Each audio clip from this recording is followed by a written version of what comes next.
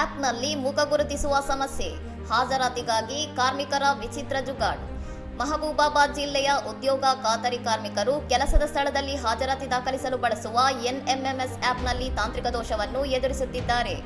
ಕಾರ್ಮಿಕರು ಕ್ಷೌರ ಮಾಡಿಸಿಕೊಂಡಿದ್ದಾಗ ಆಪ್ ಅವರ ಮುಖವನ್ನು ಸರಿಯಾಗಿ ಗುರುತಿಸಲು ವಿಫಲವಾಗುತ್ತಿದ್ದು, ಇದರಿಂದ ಹಾಜರಾತಿ ದಾಖಲಾಗದೆ ಕಾರ್ಮಿಕರು ತೊಂದರೆಗೊಳಗಾಗುತ್ತಿದ್ದಾರೆ. ಈ ಸಮಸ್ಯೆಗೆ ಪರಿಹಾರವಾಗಿ ಮಹಿಳಾ ಕಾರ್ಮಿಕರೊಬ್ಬರು ಕಾರ್ಮಿಕನ ತಲೆಯ ಮೇಲೆ ತಮ್ಮ ಕೂದಲನ್ನು ಇಟ್ಟು ಮುಚ್ಚುವ ಮೂಲಕ ಆಪ್ಗೆ ಮುಖವನ್ನು ಗುರುತಿಸಲು ನೆರವಾಗುವ ನವೀನ ಉಪಾಯವನ್ನು ಕಂಡುಕೊಂಡಿದ್ದಾರೆ.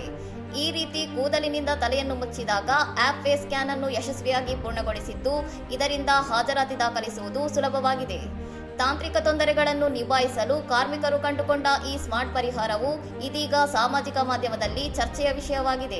ಸರ್ಕಾರಿ ಯೋಜನೆಗಳಲ್ಲಿನ ಡಿಜಿಟಲ್ ವಿಧಾನಗಳ ಮಧ್ಯೆ ಇಂತಹ ಘಟನೆಗಳು ಮುಖ ಗುರುತಿಸುವಿಕೆ ಸಾಫ್ಟ್ವೇರ್ನ ನಿಖರತೆಯ ಬಗ್ಗೆ ಅನುಮಾನಗಳನ್ನು ಹುಟ್ಟುಹಾಕಿದ್ದು, ಸಾಮಾನ್ಯ ಜನರು ತಂತ್ರಜ್ಞಾನವನ್ನು ತಮ್ಮ ಅನುಕೂಲಕ್ಕೆ ತಕ್ಕಂತೆ ಬಳಸಿಕೊಳ್ಳುತ್ತಿರುವ ರೀತಿ ಎಲ್ಲರ ಗಮನ ಸೆಳೆದಿದೆ. ಇನ್ನಷ್ಟು ಸುದ್ದಿಗಳಿಗಾಗಿ ನೋಡ್ತಾ ಇರಿ ಸೌರಂ ಟಿವಿ.